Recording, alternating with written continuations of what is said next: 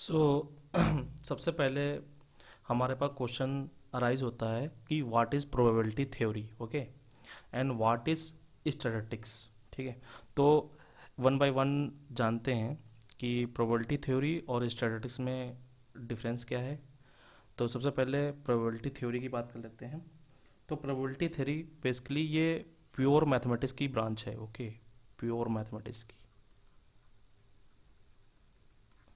Basically ये pure mathematics में analysis का पार्ट है, जिसमें मेजर थ्योरी एंड इंटीग्रेशन की बात होती है।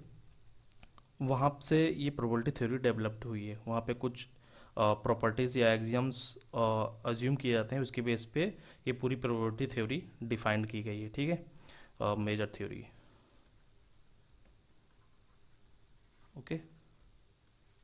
तो बेसिकली ये एनालिसिस का पार्ट है। वहाँ पे लाइक सम एग्जाम्स और प्रॉपर्टीज़ या फिर प्रॉपर्टीज़ को अज्यूम किया गया है, ओके। तो वहाँ से प्रोबेबिलिटी थ्योरी पूरी डिफाइन हुई है। ये बेसिकली जब पुराने समय में क्या था, यहाँ पे जो रियल प्रॉब्लम्स होती थी, रियल वर्ल्ड प्रॉब्लम्स जो होती थी, जैसे लाइक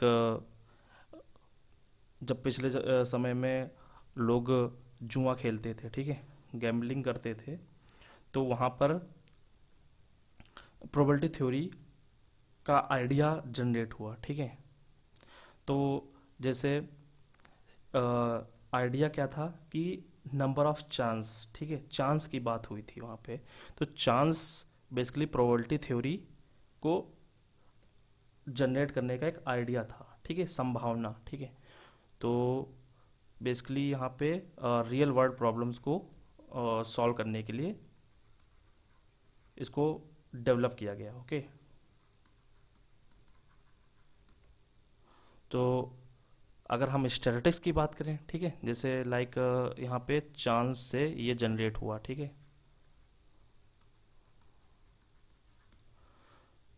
और स्टैटिस्टिक्स में क्या है, तो बेसिकली स्टैटिस्टिक्स में क्या होता है कि यहाँ पे हम डेटा या फिर सैंपल ऑफ पॉपुलेशन से डील करते हैं। ठीक है, यहाँ किस में डील किया जाता है, डील विद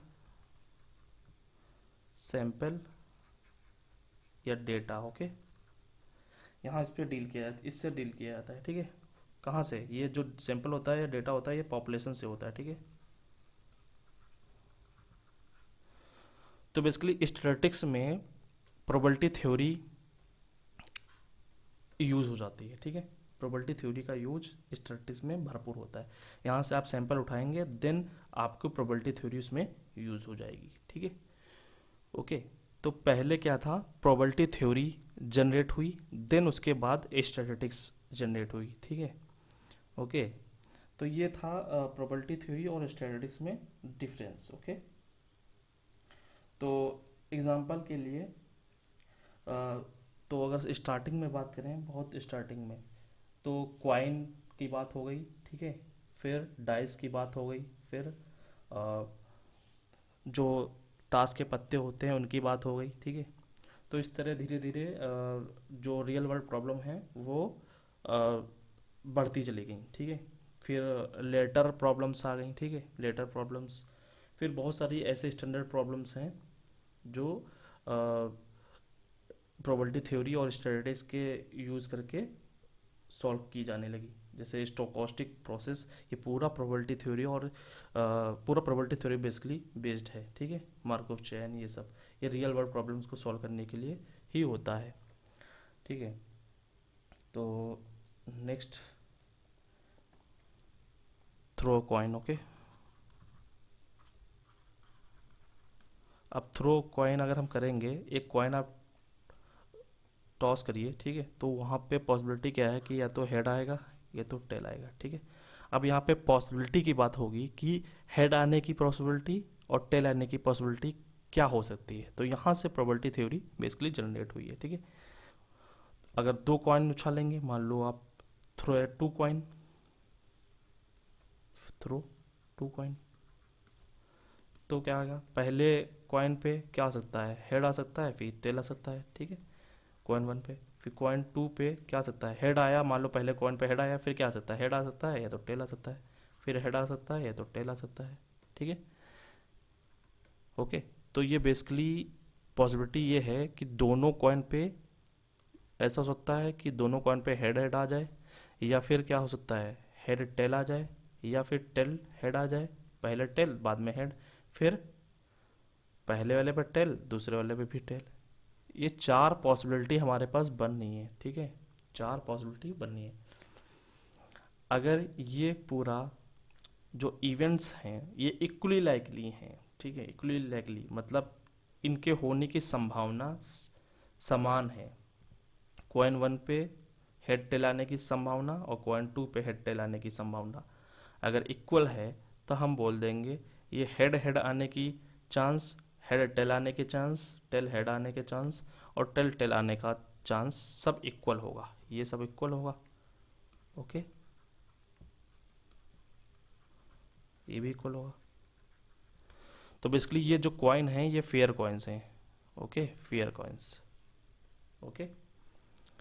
अगर ये इक्वल हैं तो इसका मतलब इसकी भी चांस एक्स होगी, मान लो इसका भी एक्स है, इसका भी एक्स है और इसका भी एक्स है, ठीक है।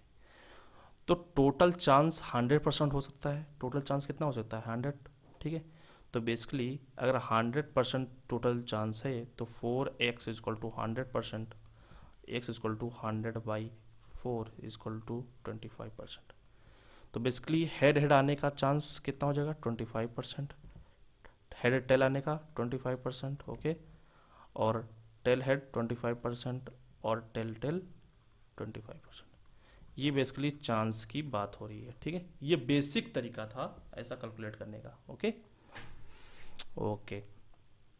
तो आप 3 डाइस भी उछाल लीजिए या 4 डाइस उछाल लीजिए। अगर डाइस में बात कर लेते हैं तो भी खेल इसी तरह होगा। अगर डाइस के बारे में बात कर लेते हैं, ठीक है, सपोज मैं डाइस में बात करता हूँ।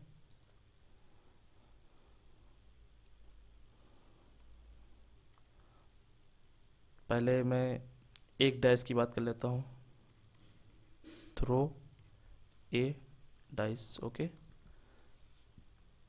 तो अगर एक डाइस आपने उछाली तो क्या क्या आ सकता है, ये तो 1 आएगा, ये तो 2 आएगा, तो 3 आएगा, ये तो 4 आएगा, ये तो 5 आ जाएगा, ये तो 6 आ जाएगा। ये अगर फेयर डाइस है तो क्या होगा कि ये फेस पे हेड आने का मतलब सॉरी 1 आने का, 2 आने का, 3 आने का, 4 आने का, 5 आने का, 6 आने की जो पॉसिबिलिटी है, जो चांस है वो इक्वल होगी, ओके। ये सब क्या है, इक्वल चांस है अगर ये फेयर डाइस है। फेयर डाइस का बेसिकली मतलब क्या है कि जो डाइस का सेंटर होगा, ठीक है, और सेंटर ऑफ ग्रेविटी, ओके, एक ही पॉइंट पे होगा, ओके। अगर ये अलग अलग पॉइंट पे हैं तो वो फेयर डाइस नहीं होगा, ठीक है, क्योंकि उसमें क्या होगा, अनफेयर डाइस हो जाएगा। उस केस में क्या होगा, 1 आने की पॉसिबिलिटी हो सकता है 2 आने से ज़्यादा हो, या 2 आने की पॉसिबिलिटी या 3 आने की पॉसिबिलिटी किसी एक से ज़्यादा हो सकती है, ठीक है। जैसे आप बचपन में क्या करते थे कि जो पासा होता था वो क्या होता था, थोड़ा एक तरफ क्या होता था कि उभरा हुआ होता था, ठीक है। तो उसमें क्या होता था, एक नंबर ज़्यादा हो सकता था, एक नंबर उसको बार बार रिपीट होता था, ज़्यादा आता था, नंबर ऑफ चांस उसके क्या होते थे, ज़्यादा होते थे। तो उसको क्या करते थे हम, अ, उसको पहले किसी न किसी चीज़ पे उसको घिस लेते थे, ठीक है, ओके। तो बराबर कर लेते थे, जिससे क्या होता था, सेंटर ऑफ ग्रेविटी और सेंट्रॉइड उसका एक ही पॉइंट पे आ जाता था। तब उसमें नंबर ऑफ बोलते थे कि नंबर ऑफ चांस सभी पॉइंट्स का इक्वल है, ठीक है। तो बेसिकली इसका कितना है, ये 1%, मतलब इसका एक्स मान लेता हूँ, चांस मान लो, इसका भी एक्स है, इसका भी एक्स है, इसका भी एक्स है, इसका भी एक्स है, इसका भी एक्स। तो इनको ऐड कर देंगे 6x, ओके। ये 6x है बेसिकली, 6 टाइम्स ये कितना है 100% चांस है, ठीक है। तो 6x इक्वल टू 100, तो x इक्वल टू कितना आ जाएगा 100/6, ओके। Basically 50/3, okay. ये 50/3% चांस होगा प्रत्येक नंबर का फेस पे आने का, ओके। तो ये बेसिक तरीका था, बाद में थ्योरी डेवलप की गई, ओके। तो अब बात करते हैं कि रैंडम एक्सपेरिमेंट क्या होता है, ठीक है। What is random experiment?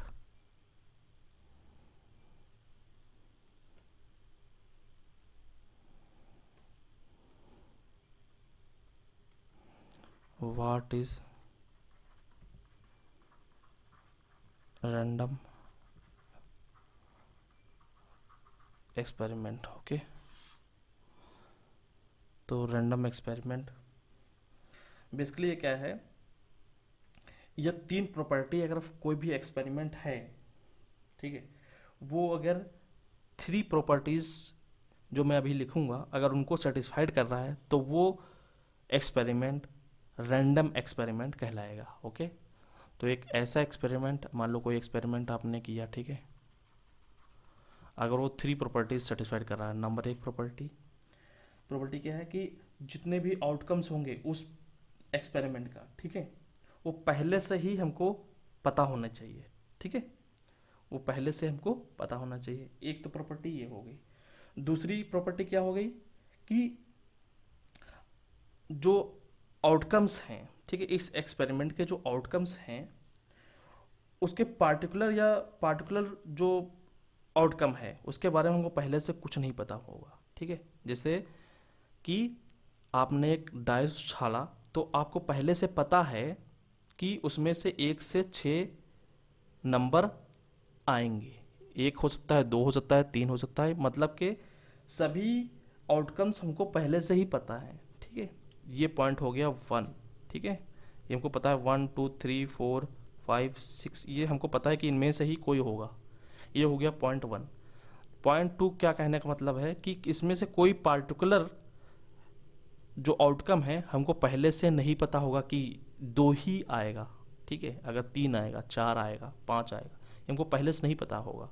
अगर ऐसा है तो वो रैंडम एक्सपेरिमेंट कहलाएगा। अगर ऐसा है कि हमको पहले से पता है इसमें 2 आएगा तो वो रैंडम एक्सपेरिमेंट नहीं कहलाएगा, ठीक है। तीसरा क्या है, सेम कंडीशन पे उस एक्सपेरिमेंट को रिपीट कर सकें, ठीक है। अगर उस इन्वायरमेंट में उस कंडीशंस पे उस एक्सपेरिमेंट को बार बार हम रिपीट कर पा रहे हैं तब तो वो रैंडम एक्सपेरिमेंट कहलाएगा। अदरवाइज वो रैंडम एक्सपेरिमेंट नहीं कहलाएगा। अगर उस एक्सपेरिमेंट को आप बार बार रिपीट नहीं कर पा रहे हैं तो वो रैंडम एक्सपेरिमेंट नहीं कहलाएगा, ठीक है, ओके। तो आप मान लीजिए एटम बम का परीक्षण कर रहे हैं, ठीक है, उसको बार बार आप रिपीट नहीं कर पा रहे हैं तो वो रैंडम एक्सपेरिमेंट नहीं कहलाएगा, ठीक है। लेकिन अगर कॉइन उछाल रहे हैं बार बार तो आप रैंडम एक्सपेरिमेंट उसे कहेंगे। या फिर आप लेटर किसी को भेज रहे हैं बार बार, ठीक है, उसमें से नंबरिंग है 1 2 3 4 5 6 8, ठीक है। अब कौन से नंबर का उसके पास पहुंचेगा, इस टाइप की बात हो रही है तो वो रैंडम एक्सपेरिमेंट कहलाएगा, okay.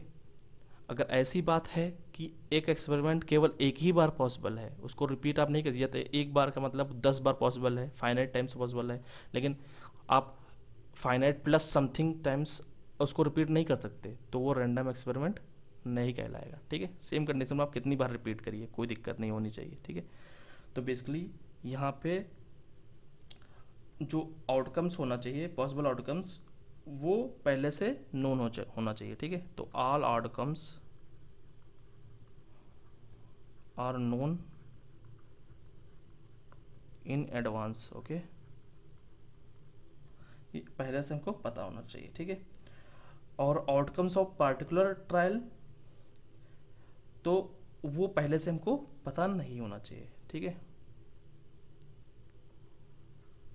Outcomes of particular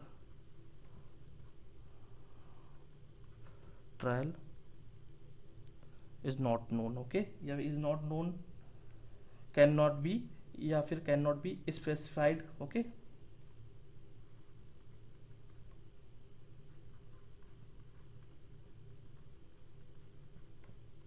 in advance,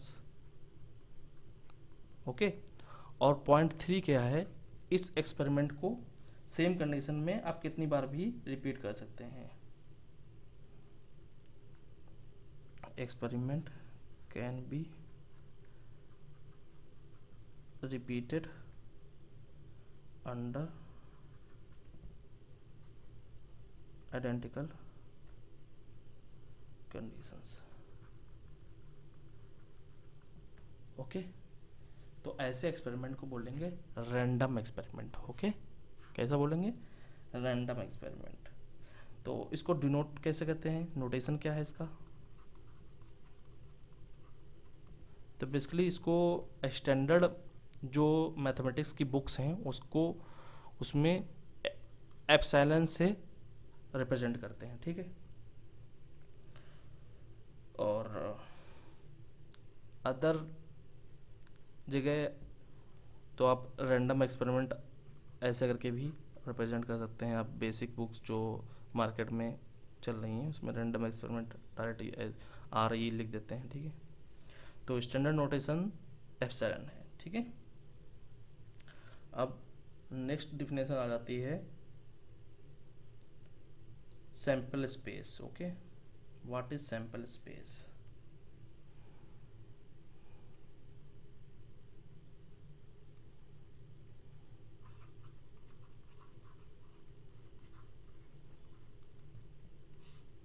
sample space क्या होता है, तो बेसिकली जब आप कोई एक रैंडम एक्सपेरिमेंट करेंगे, ठीक है, तो वहाँ पे आउटकम्स हमें मिलेंगे, ठीक है। तो जितने भी पॉसिबल आउटकम्स होते हैं उनका कलेक्शन सैंपल स्पेस कहलाता है, ठीक है। तो basically collection of all possible outcomes of a random experiment, okay, called sample space. Okay, basically definition क्या है, जो एक्सपेरिमेंट हमने किया है रैंडम एक्सपेरिमेंट उसके जितने भी आउटकम्स होंगे अगर उनका कलेक्शन बनाएं तो उसको बोलेंगे सैंपल स्पेस। इसका नोटेशन क्या है, ओमेगा। ओके, अगर बेसिक नोटेशन की बात करें इसका तो ओमेगा है, ठीक है। बाकी अगर बेसिक बुक्स में बात करें, बेसिक मतलब इंडियन ऑथर यहाँ पे कुछ एस से भी रिप्रेजेंट कर देते हैं, ठीक है। तो स्टैंडर्ड नोटेशन ये है, स्टैंडर्ड नोटेशन। ओके, तो बेसिकली क्या है ये, collection of all possible outcomes of a random experiment, okay,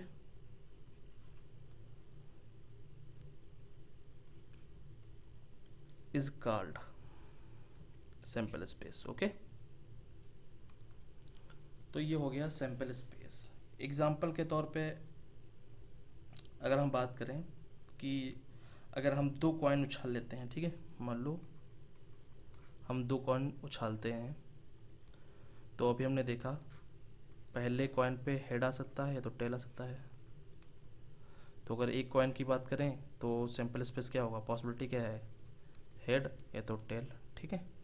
अगर 2 कॉइन उछाल दें तब क्या आ जाएगा, फिर दूसरे कॉइन पे क्या आ जाएगा, हेड आ सकता है, मतलब पहले कॉइन पे हेड आया या टेल आया, फिर अगर हेड आ गया फिर पॉसिबिलिटी क्या है, हेड या फिर टेल। अगर कॉइन 1 पे टेल आया होगा फिर हमारे पास सेकंड कॉइन पे पॉसिबिलिटी है या तो हेड आया होगा या फिर टेल आया होगा। तो बेसिकली इस ट्री डायग्राम में जो ब्रांचेस हैं वो बेसिकली टोटल आउटकम्स को रिप्रेजेंट करेंगी, ठीक है। तो बेसिकली हेड आ सकता है, हेड टेल, फिर tail head, tail tail. Okay, तो बेसिकली ये टोटल आउटकम्स होंगे अगर 2 कॉइन हम उछाल दें, ठीक है। तो basically head head head tail, tail head और टेल टेल, ठीक है। तो बेसिकली 2 कॉइन उछालने के लिए आपको सैंपल स्पेस पहले से पता होगा, ठीक है। पहले से आप ये पता है आपको कि या तो हेड हेड आएगा या तो हेड टेल आएगा या तो टेल हेड आएगा या तो टेल टेल आएगा। तो ये बेसिकली एक रैंडम एक्सपेरिमेंट है। ओके, अगर ये आपको पहले से ना पता हो आउटकम सभी तो उस एक्सपेरिमेंट को आप रैंडम एक्सपेरिमेंट नहीं बोलेंगे, ठीक है। जैसे केमिस्ट्री के एक्सपेरिमेंट आपको वो रैंडम एक्सपेरिमेंट तभी कैटेगरी में आएंगे जब आपके आउटकम्स पता होंगे, ठीक है। मान लीजिए आप अननोन कोई ऐसे 2 मिश्रण कर रहे हैं, उनको मिला रहे हैं कंपाउंड को, जिनका आउटकम आपको पहले से नहीं पता है, तो वो एक्सपेरिमेंट रैंडम एक्सपेरिमेंट नहीं कहलाएगा। ओके, केमिस्ट्री में। ठीक है, तो अब मान लो 3 कॉइन उछाल लेते हैं। ठीक है, कॉइन 1, लाइक कॉइन 1 पे आपको तो हेड आया तो टेल आया। फिर कॉइन 2 पे क्या पॉसिबिलिटी है, या तो हेड आ सकता है या तो टेल आ सकता है, तो हेड आ सकता है या तो टेल आ सकता है। ठीक है, फिर कॉइन 3 पे ये तो हेड आ सकता है, ये तो टेल आ सकता है, ये तो हेड आ सकता है, ये तो टेल आ सकता है, ये तो हेड आ सकता है, ये तो टेल आ सकता है, फिर ये तो हेड आ सकता है, ये तो टेल आ सकता है। तो बेसिकली पॉसिबिलिटी क्या क्या बन गई, head head head. Okay, head head tail, head head tail, फिर head tail head, head tail head, फिर head tail tail, head tail tail. Okay, फिर tail head head, tail head head, फिर tail head tail, tail head tail, फिर tail tail head, फिर tail tail tail. तो basically ये total 8 outcomes हैं। ठीक है, टोटल 8 आउटकम्स, ये 8 आउटकम्स हैं। तो ये बेसिकली सैंपल स्पेस के एलिमेंट्स हैं। ठीक है, events of sample space. Okay, अब इसको आप नंबर ऑफ आउटकम्स एक परमोटेशन का यूज़ करके भी काउंट कर सकते हैं। इसमें कितनी पॉसिबिलिटी है कॉइन 1 पे आने की, 2, कॉइन 2 आने पे भी 2, कॉइन 3 आने पे भी 2। हमको तीनों पर आउटकम्स काउंट करने हैं, तो इसका मतलब क्या होगा, principle of multiplication. Okay, and इसमें ये भी चाहिए और ये भी चाहिए, तो एंड के लिए मल्टीप्लिकेशन यूज़ करते हैं। तो बेसिकली क्या होगा, 2 इंटू 2 इंटू 2, बेसिकली क्या हो गया 2 की पावर 3। तो बेसिकली जो number of elements in sample space होंगे वो क्या होंगे, 2 की पावर 3। ओके, ये कॉइन के केस में हो गया। अब आप डाइस के केस में कर सकते हैं। ठीक है,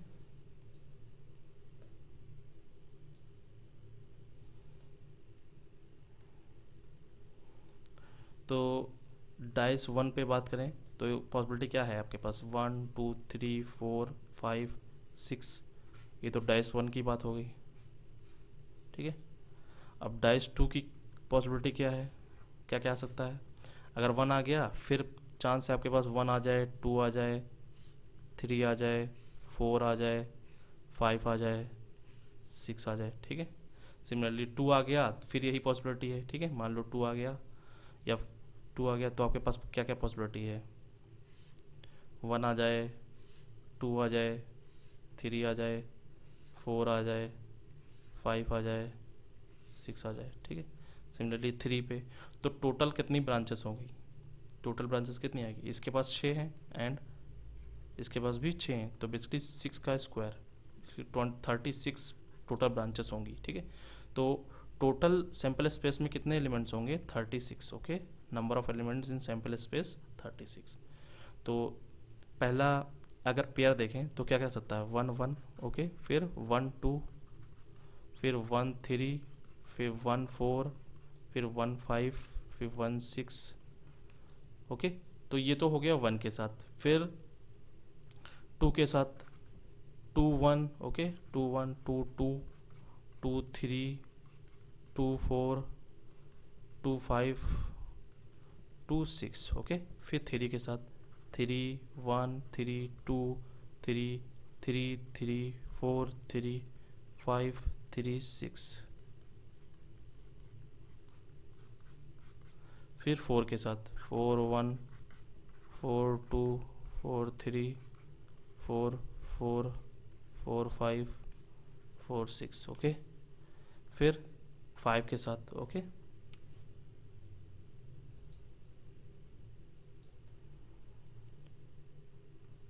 फिर 5 1 5 2 5 3 5 4 5 5 5 6 6 1 6 2 6 3 6 4 6 5 6 6। ओके, तो बेसिकली ये जो एलिमेंट्स हैं ये क्या हैं, सैम्पल स्पेस के एलिमेंट है। अब जब दो डाइस उछालेंगे, ठीक है, तो total number of elements sample space में कितने होंगे, 36। ओके, अगर 3 आप डाइस उछालते हैं एक साथ तो टोटल नंबर ऑफ आउटकम्स कितने होंगे, 6 इंटू 6 इंटू 6, मतलब 6 की पावर 3। ओके, तो बेसिकली 216 टोटल आउटकम्स होंगे। ओके ओके, अब इसको अगर मैथमेटिकली रिप्रेजेंट करना है तो मैथमेटिकली क्या, कैसे रिप्रेजेंट करेंगे, तो मैथमेटिकली तो बेसिकली एक्स वाई हमारे पास पेयर हैं, ठीक है, और एक्स वाई कैसे रिप्रेजेंट कर रहे हैं, एक्स वाई बिलोंग कर रहे हैं, ये तो हेड होगा ये तो टेल होगा, ठीक है। क्या हो सकता है, ये तो हेड हो सकता है ये तो टेल हो सकता है, अगर हम पहले वाले एग्जांपल की बात कर रहे हैं, ठीक है। फिर एग्जांपल 2 जो हमने अभी ये डाइस वाला लिया है, omega equal to X Y कहाँ कहाँ बिलोंग कर सकता है, 1 2 3 4 5 6। ओके, तो बेसिकली ये मैथमेटिकल रिप्रेजेंटेशन है। ओके ओके और किस तरह मार्केट में पूछा जा सकता है, ठीक है, अगर इसकी बात करें तो बेसिकली ये बेसिकली क्या लिखा है, कार्टेशियन प्रोडक्ट लिखा है हेड क्रॉस टेल का। ओके, इसमें 4 एलिमेंट होंगे, head head head tail tail head और टेल टेल। ओके, और ये किसका कार्टेशियन प्रोडक्ट लिखा है, 1 2 3 4 5 6 इंटू 1 2 3 4 5 6। ओके, तो बेसिकली 1 का सभी के साथ पेयर, 1 2 1 3 1 1, ठीक है, तो बेसिकली 1 का सभी के साथ, ठीक है, फिर 2 का सभी के साथ, फिर 3 का सभी के साथ, फिर 4 का सभी के साथ, 5 का सभी के साथ, 6 का सभी के साथ, ठीक है, तो बेसिकली टोटल 36 एलिमेंट्स आ जाएंगे। ओके, तो ये है कार्टेशियन प्रोडक्ट और ये है सैम्पल स्पेस, ठीक है। तो अगर 3 कॉइन्स हम उछालते हैं मान लो, तो सैम्पल स्पेस क्या हो जाएगा, बेसिकली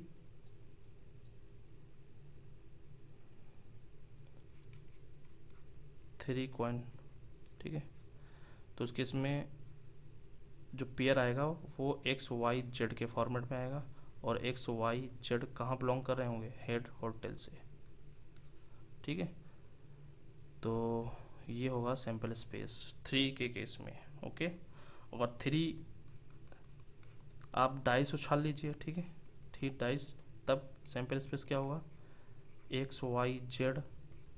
ओके, सच डेट एक्स वाई जेड कहाँ से बिलोंग कर रहे होंगे, ये बिलोंग करेंगे 1 2 3 4 5 6, ठीक है, तो बेसिकली एक्स वाई जेड इन्हीं में से कुछ ना कुछ होगा, ठीक है। टोटल पॉसिबिलिटी यहाँ पे 6, इसकी पॉसिबिलिटी 6, इसकी पॉसिबिलिटी 6, तो बेसिकली 6 पावर 3 टोटल पॉसिबिलिटी हो जाएंगी। तो number of elements in sample space क्या होगा, 6 पावर 3। ओके, अब बात कर लेते हैं इवेंट क्या होता है। Okay, event, what is event, तो बेसिकली पहले डिफिनेशन समझ लेते हैं, उसके बाद प्रॉब्लम्स पे आएंगे। ओके, तो डिफिनेशन इवेंट की क्या होती है, ठीक है, what is event. Okay, event क्या होता है, तो बेसिकली जो रैंडम एक्सपेरिमेंट होता है उसके जो आउटकम्स होते हैं, ठीक है, तो वो आउटकम्स क्या होंगे, वो सैम्पल स्पेस के क्या होंगे, सबसेट होंगे, ठीक है। तो जो सैम्पल स्पेस के एलिमेंट्स होते हैं वो बेसिकली क्या होते हैं, इवेंट्स होते हैं, ठीक है। तो अगर मैं डिफिनेशन की बात करूं तो outcomes of a random experiment, okay, outcomes of random experiment. Okay, तो क्या है ये, बेसिकली एक जितने भी आउटकम्स होंगे वो इवेंट कहलाएंगे, ठीक है। अगर इवेंट उनके जो सैम्पल स्पेस है उसमें बहुत सारे इवेंट्स हैं, तो उनका अगर हम कलेक्शन बनाएं, मतलब ये तो बहुत सारे एलिमेंट्स होंगे, उनमें से मान लो मैंने एक उठा लिया, ठीक है, तो एक बेसिकली इवेंट है, ठीक है। और एक से ज़्यादा अगर हम उठाते हैं तो सबसेट ऑफ इवेंट्स बोलेंगे, ठीक है। तो बेसिकली अगर मान लो हमने एक से ज़्यादा एलिमेंट उठा लिए, ठीक है, तो बेसिकली वो क्या बोलेगा, subsets of events. Okay, basically ये क्या होगा, बेसिकली ओमेगा का सबसेट ही होगा। क्लियर है।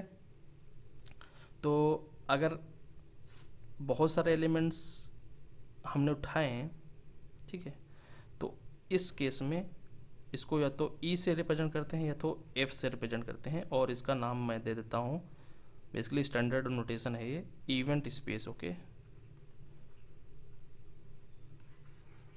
ये सैंपल स्पेस का ही सबसेट होता है, ठीक है।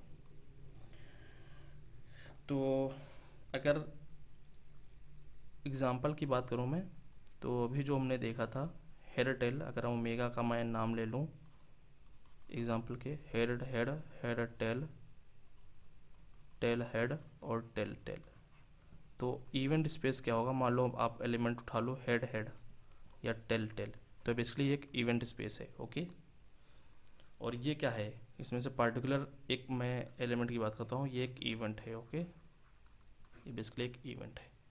क्लियर है।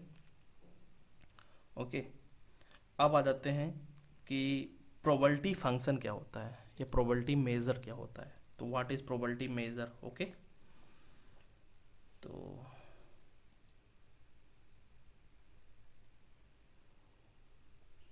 प्रोबेबिलिटी मेजर या प्रोबेबिलिटी फंक्शन। ओके, प्रोबेबिलिटी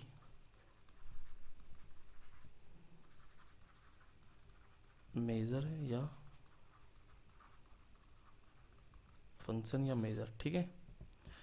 तो बेसिकली यहाँ पे ओमेगा और एफ ऑलरेडी हमको नोन है, जो कि एक्सपेरिमेंट से आ रहे हैं, ठीक है। कोई आपने एक्सपेरिमेंट किया, वहाँ से आपको ओमेगा पता होगा और उसका सबसेट क्या होगा, एफ होगा, ठीक है। ये आपको पहले से नोन है। तो एक फंक्शन पी हमने डिफाइन किया, मान लो उसका नाम रख दिया पी। ओके, जो कि इवेंट स्पेस से होगा। कहाँ से होगा, बेसिकली ये मान लो ओमेगा है, इसका सबसेट है इवेंट स्पेस। ओके, ये एफ है, यहाँ से डिफाइन होगा बेसिकली। ओके, ये सबसेट है, ये कंप्लीट एफ ओमेगा भी हो सकता है, ठीक है। तो बेसिकली इवेंट स्पेस से अगर कोई डिफाइन है तो बेसिकली वो ओमेगा से डिफाइन है। ओके, तो पी डिफाइन कहाँ से है, इवेंट स्पेस से और set of real numbers. Okay, तो basically set of real numbers से ना बोलकर हम बोलेंगे सेट ऑफ रियल नंबर्स, लेकिन वो बाउंडेड होगा 0 और 1 के बीच। ओके, तो बेसिकली यहाँ से डिफाइन है सेट ऑफ रियल नंबर्स जो कि बाउंडेड है 0 और 1 के बीच। ओके, 0 और 1 के बीच है। तो basically P define from event space to 0, 1। Okay, कहीं कहीं ये सेट ऑफ रियल नंबर से भी डिफाइन होता है ऐसे करके। ओके, कुछ राइटर्स F2 R डिफाइन कर देते हैं, और कुछ राइटर कुछ राइटर डायरेक्ट ओमेगा से R डिफाइन कर देते हैं, ठीक है। ओके, या फिर कुछ राइटर P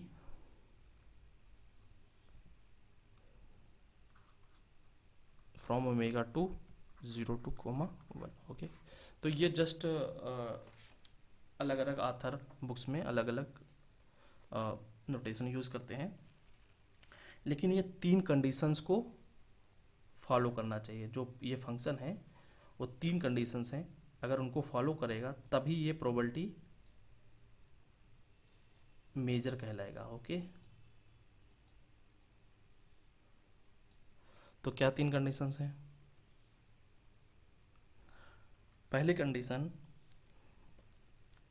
कि जो ओमेगा की प्रोबेबिलिटी है, अगर इनपुट ओमेगा चला जाए पी फंक्शन में तो उसकी वैल्यू 1 होगी।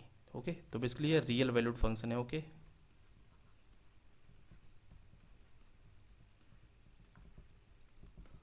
Real valued function. ओके, तो अगर ओमेगा इनपुट में जा रहा है पी में, तो उसकी वैल्यू 1 होगी, ठीक है। और दूसरी प्रोबेबिलिटी जो प्रॉपर्टी है, वो प्रोबेबिलिटी बेसिकली नॉन नेगेटिव होना चाहिए, ठीक है, कोई भी इवेंट के लिए। तो अगर मान लो ई हमने कोई एलिमेंट उठाया फ्रॉम एफ से, ठीक है, तो P E greater equal than 0 होना चाहिए फॉर ऑल ई, ठीक है।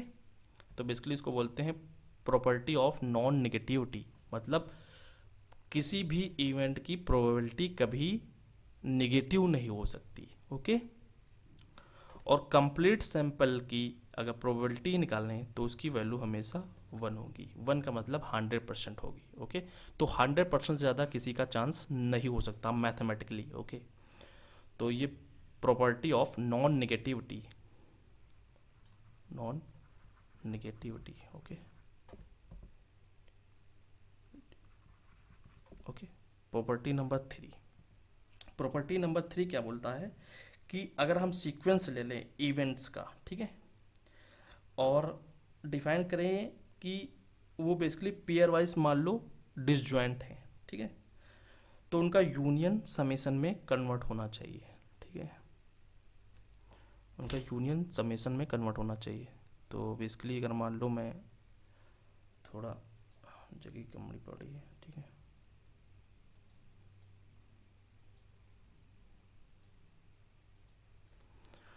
तो मान लो प्रॉपर्टी क्या कह रही है कि अगर हम सीक्वेंस को ले लें, मान लो ई एन हमने कोई सीक्वेंस ले लिया, N belongs to natural number, ठीक है। तो एक कोई सीक्वेंस है, ये बिलोंग कर रहा है इवेंट स्पेस में, ठीक है। इवेंट स्पेस मतलब इवेंट स्पेस कोई कलेक्शन है, तो यहाँ पे E1 E2 E3 dot dot and so on, ठीक है। तो बेसिकली ये एक सीक्वेंस हमने लिया इवेंट स्पेस से, और ये किस प्रकार है कि ये पेयर वाइज डिसजॉइंट है, okay. E I intersection E J is equal to 5, okay, और I not equal to J, ठीक है। अगर ये पेयर वाइज डिसजॉइंट है तो इस केस में ये एम्प्लाई करेगा कि probability of union of E I, ठीक है, N belongs to natural number is equal to summation P of E N, okay, N belongs to natural number. तो बेसिकली ये यूनियन समेसन में कन्वर्ट होना चाहिए। तब इस केस में हम p को बोलेंगे प्रोबेबिलिटी मेजर या फिर प्रोबेबिलिटी फंक्शन, ओके ओके। तो इसमें आगे बढ़ते हैं, एक इम्पॉर्टेंट डिफिनेशन और आ जाती है probability space, okay. What is probability space?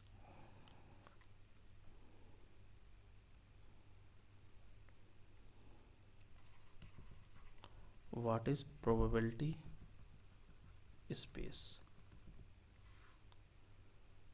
तो प्रोबेबिलिटी स्पेस क्या होता है? बेसिकली हमको ओमेगा पता है, सैंपल स्पेस, ओके,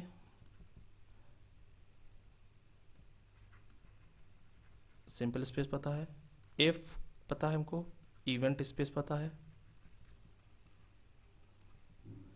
और पी पता है प्रोबेबिलिटी मेजर, ओके, या फंक्शन। अगर तीनों का ट्रिपलेट एक साथ रिप्रेजेंट करें, ठीक है, ओमेगा, एफ और पी, तो इस ट्रिपलेट को बोलेंगे हम प्रोबेबिलिटी स्पेस, ओके ओके। जैसे आप लीनियर अलजेब्रा पढ़ते हैं तो वहाँ पे क्या होता है कि V एक नॉन इम्पैक्टिव सेट होता है, ठीक है, और ऑपरेशंस मान लो प्लस आपने ले लिया या फिर ऑपरेशन 1 ले लिया, मैंने ऑपरेशन 2 ले लिया, ठीक है। तो इस कलेक्शन को बोलते हैं वेक्टर स्पेस, ठीक है। सिमिलरली आपने ग्रुप थ्योरी में नॉन इम्पैक्टिव सेट ले लिया, ठीक है, और वहाँ पे एक ऑपरेशन, तो इस पेयर को बोलते हैं ग्रुप, ओके।